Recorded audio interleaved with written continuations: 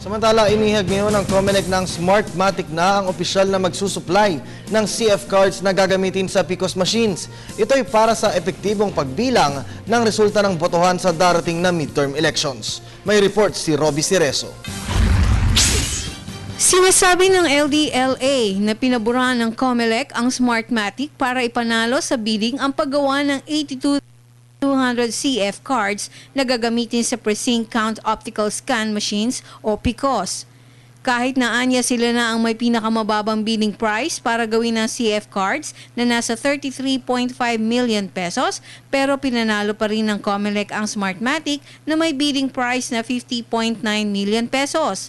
Ayon naman sa COMELEC, 2 gigabytes lang ang ino-offer ng LDLA na compact flash cards kaya mura ang presyo nito, samantalang ang CF card ng Smartmatic ay nasa 4 gigabytes na siyang kailangan ng PCOS machine.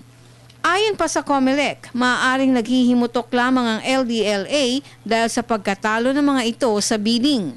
At dahil habol naman ng COMELEC ang kalidad at kaayusan ng bilangan sa darating na eleksyon, kailangan nilang sumunod sa pamantayan ng mga makinaryang gagamitin sa halalan.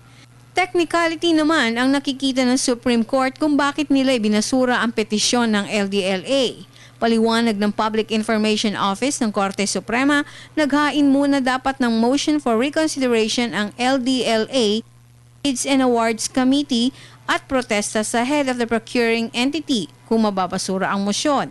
Matapos ito, doon lang pwedeng dumulog sa korte ang bidder.